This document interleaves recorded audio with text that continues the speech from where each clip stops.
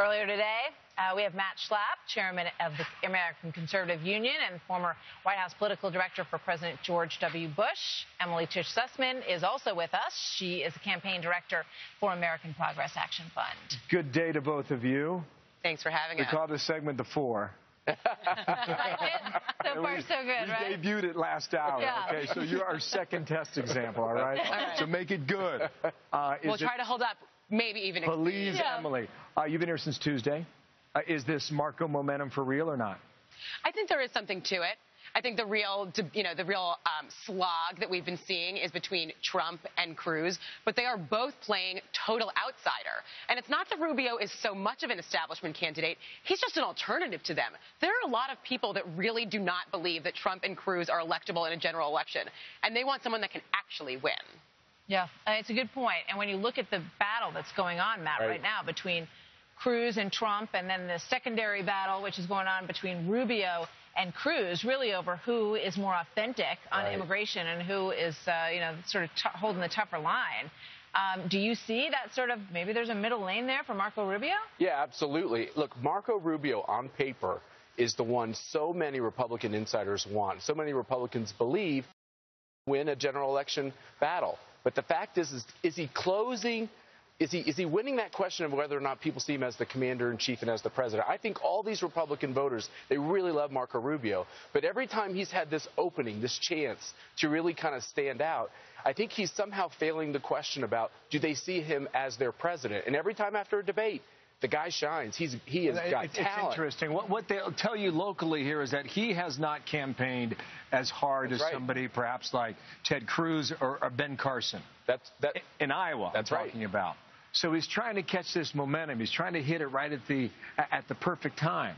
And if he does, he will in all likelihood defy perhaps what the traditional model has been here. That's right. You agree with that? I do, and I also think you have to look at what's actually happening, and the TV is a great indicator. And there's no question that the Cruz campaign is clearly jittery about Marco's rise, whether it's real or imagined. They are absolutely taking him on. So when you see campaigns actually change their strategy and go after somebody, they're not wasting money. I guarantee you that money's being well spent because they're worried about the story out of Iowa being Trump, Cruz, Rubio, and they want the story to be Trump, Cruz.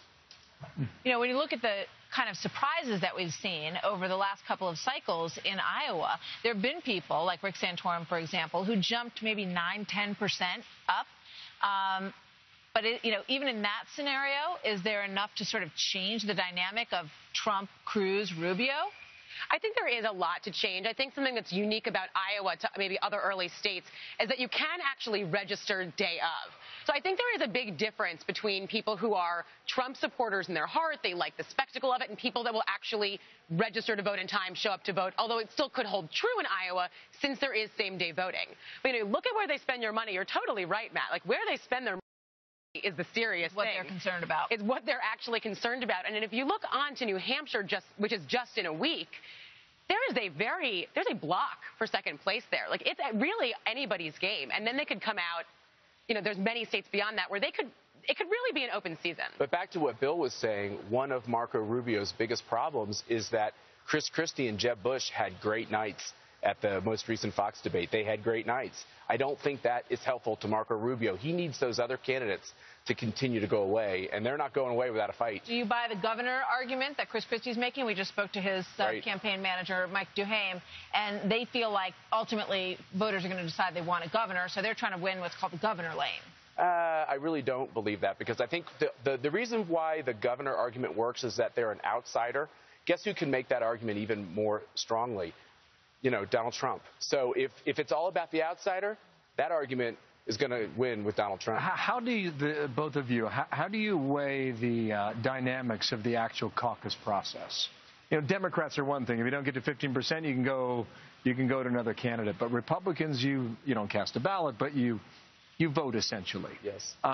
When you get people who stand up and argue on your behalf, right? And there's peer pressure involved here. So do you want to be the one who holds your ground for the candidate who's got just a little pile over here? Or do you, in the end, shift that support to somebody who looks more viable in front of a group of other people? I think the psychology here is fascinating. And, I mean, how does that play into Monday night now when you look at a field that's this big? Yeah, I mean, I like where you're going here. I think this makes a ton of sense. This is not just standing up in front of other people. These are your neighbors. You vote by precinct. These are people that you know. And maybe you like that person, and maybe you don't like that person. That's right. To be standing with that person. I think there could definitely be something to that. It could certainly explain if we look at the last two Iowa contests. Remember, in 2008, it was Huckabee who won. And in the last one, it was Santorum who won, neither of which continued to be viable in any way. So that could have played into that answer. Which raises its own question, because does Iowa want to pick a winner? You know, I mean, this time around, are the voters here saying, you know, we picked guys who were sort of outliers last time around. They love being an integral part of this process. Does that weigh in at all? Okay, this is really important for us to know when people say the polls in Iowa don't work. Remember, Mitt Romney did not fit this state well. You know, evangelical voters are a big part of this, and they had some problems with his religion, no question. He was also a very moderate governor of Massachusetts, which didn't fit well. John McCain was an outspoken critic of the ethanol program for years and years and years on the Senate floor. So the front runner didn't fit the state well. The difference is our front runner in this race actually has been leading in the polls. So I don't know if we'll see that dynamic where someone comes out. This is value added. Okay, good. Okay, this is something that we can start to try and figure out in our own brains about how the psychology works. That's good. Thanks, Matt. Great having you both here. Thanks, Emily. Thanks, Emily. Good to see you.